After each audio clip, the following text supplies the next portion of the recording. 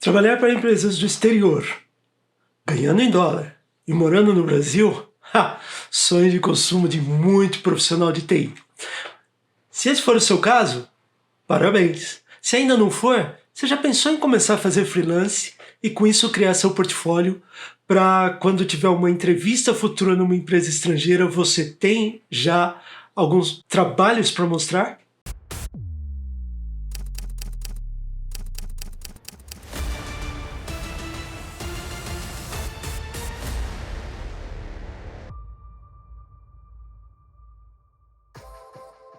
Me chamo John Calistro e nesse canal eu ajudo empreendedores a entender a parte técnica da startup e também falo sobre tecnologia.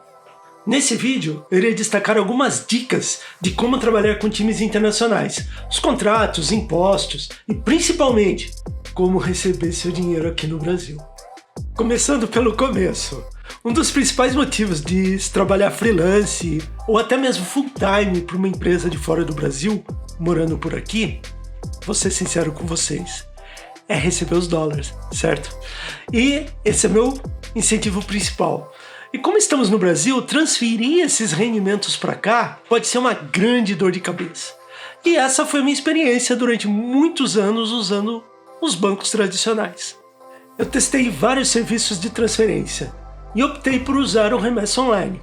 As liberações deles têm sido em um dia útil. As taxas é 8 vezes menor do que os bancos e o simulador deixa muito claro qual o valor, o custo de transferência, taxas, cotação de dólar e tudo mais. Então não tem aquela surpresinha que eu odiava, que era quando eu estava esperando um valor X e chegava um valor X menos Y. Eu sempre ficava estressado nesse momento. Outra vantagem é que posso optar por receber como pessoa física ou pessoa jurídica. Eu vou falar mais sobre isso no decorrer do vídeo.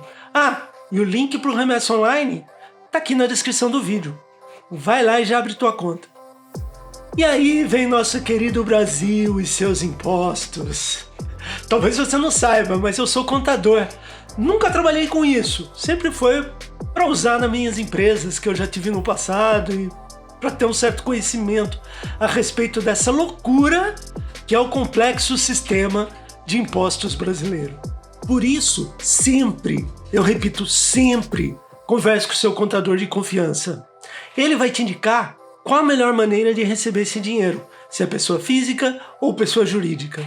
No meu caso, foi pessoa jurídica, embora algumas vezes eu tenha que receber também como pessoa física, pagando um pouco mais de impostos, mas enfim, não perco dinheiro nem o trabalho, né? E o fuso horário? Fuso horário não é fácil não. Para quem trabalha full time, é muito mais simples. Você tem uma janela normalmente de horários em que você tem que ficar online. Muitas vezes baseado no horário da matriz da empresa que você trabalha.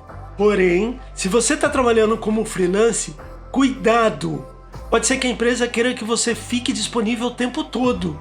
E se lembra, você tem o seu trabalho atual e uma coisa não pode interferir na outra. Então deixe bem claro as janelas em que você pode ser chamado, WhatsApp ou e-mail até, horários de resposta que não vão te afetar no seu trabalho atual.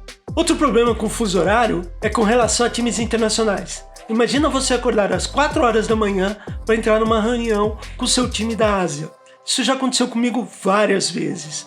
Uma solução interessante que uma das empresas com que trabalhei utilizou foi ter uma rotação de horários conforme os times internacionais. Então, numa reunião, o Brasil, que marcava era no horário do Brasil, outra era no horário da Ásia, outra no horário da Europa, outra no horário dos Estados Unidos East, West, enfim.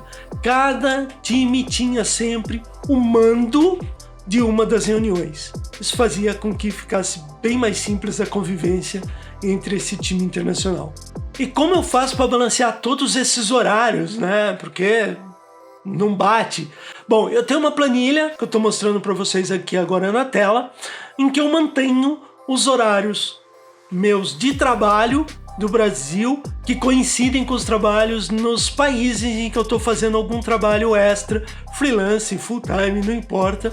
Eu tenho essa planilha que para mim visualmente é muito mais interessante e deixa com que fique muito mais claras as janelas onde eu posso ou não estar dando atenção para esses trabalhos nesses outros países. E mesmo você estando trabalhando para uma empresa estrangeira como full-time, na maioria das vezes você não está registrado como CLT, Consolidação das Leis Trabalhistas Brasileira.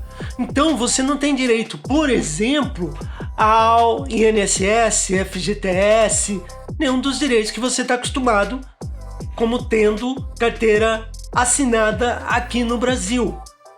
Existem algumas variações e alguns acordos internacionais. Eu vou dar exemplo de quando eu trabalhei nos Estados Unidos e morava nos Estados Unidos. Eu tinha, por uma das empresas que eu trabalhei, o 401k. 401k é um tipo de previdência privada americana. Eu tenho esse 401k, um tempo de recolhimento nesse 401k, que eu posso anexar ao meu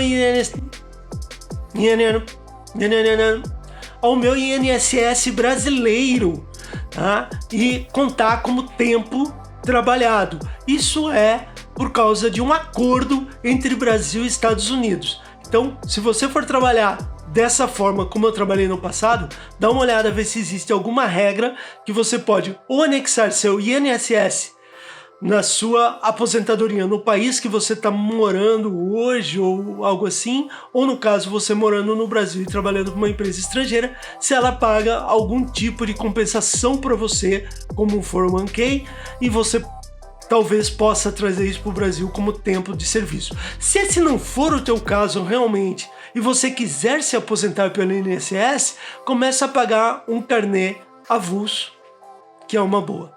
Já sobre o fundo de garantia, né, FGTS, esse é um capítulo totalmente à parte. Então, dependendo do contrato que você fechou com a empresa, eu vou falar de contrato daqui a pouquinho, você nem mesmo tem um tempo de aviso prévio antes de ser dispensado do seu trabalho, o que é algo crítico se você está acostumado com carteira assinada e ter um seguro-desemprego ou até mesmo um retorno de fundo de garantia para te segurar até o próximo trabalho. Então, por isso é importante que você tenha um caixa guardado de pelo menos 3 meses. Eu considero 6 meses um número bom, tá? Mas pelo menos uns 3 meses das despesas mínimas que você tem mensal. Então, se o seu custo mensal de sobrevivência é 5 mil reais, tenha pelo menos 15 mil reais guardado em algum caixa separado para que, se alguma coisa acontecer, você conseguir se virar aí por 3 meses e escolher com calma seu próximo trabalho, participar de alguma seleção, de algum novo projeto, de algum novo trabalho. Agora, se você vai investir esse dinheiro em algum fundo, poupança, moeda estrangeira, isso é contigo. Só tenha certeza disso estar separado do seu dinheiro do dia a dia, tá? Ter uma conta separada para isso é uma boa pedida. E também tome cuidado para não investir em fundos de longo prazo e de repente você precisar sacar esse dinheiro antes e ou perder muita rentabilidade ou até mesmo não puder sacar. Já que nós estávamos falando de contrato, a quebra de contrato é algo que sempre preocupa quando você está trabalhando com empresas internacionais. Muitas dessas empresas têm algumas cláusulas leoninas. Para quem não sabe o que é leonina, é quando a cláusula protege somente um lado do contrato. Normalmente o lado de quem está te contratando. Então fica de olho nisso, porque às vezes está escrito lá que eles podem te dispensar a qualquer momento, quebrar o contrato a qualquer momento, e você tem que dar um aviso de pelo menos 30 dias, uma semana ou algo assim. Então, no mínimo, equalize esse tempo, ok? E a dica principal aqui é a seguinte: leia antes de assinar. Se algo parece errado, normalmente está errado, tá? Então, leia, olhe com cuidado, E não tenha medo de discutir seu contrato. Afinal de contas, a maioria que está assistindo aqui, acredito que é da área de TI. E tá fácil contratar alguém de TI hoje em dia? Use essa dica mesmo se for para uma empresa nacional. Cara, discuta teu contrato, discuta teu salário, não aceite a primeira proposta que vem pela frente. Até porque você passou por um processo de seleção. Esse processo de seleção consumiu tempo, recursos, dinheiro da empresa que está te contratando e que deu essa proposta de trabalho para você. Eles não vão querer jogar tudo fora e com certeza você concorreu com várias outras pessoas e você foi o cara que se destacou, você foi a pessoa que se destacou. Aproveita isso, negocie e consiga uma melhor opção para você. Em conclusão, trabalhar para empresas estrangeiras morando no Brasil é uma experiência muito interessante e até mesmo lucrativa. Não importa se for como freelance ou full-time. A distância da empresa, a falta de acesso físico pode dar um certo ar de insegurança às vezes. E essa insegurança pode até ser real se você não tomar os devidos cuidados na hora do contrato e na hora de começar a trabalhar ou pesquisar quem são as pessoas dessa empresa. E aí, gostou das dicas? Deixa aqui no comentário se você já trabalha como freelance ou full-time de alguma das empresas, se você gostou das dicas e se você tem alguma outra dica que você acha legal compartilhar com o pessoal que está assistindo esse vídeo. E o link para a Remessa Online está aqui na descrição do vídeo. Eu recomendo que todo mundo entre, já abra sua conta pessoa física e pessoa jurídica, pega o número da conta bancária e já fique pronto para receber seus próximos pagamentos em dólar. E só para lembrar, tem um botãozinho aqui embaixo para você assinar o canal, clica no joinha, clica na sinetinha para receber notificação sempre que tiver um vídeo novo aqui no canal. A gente vai começar a fazer umas lives bem legais agora e nos vemos no próximo vídeo.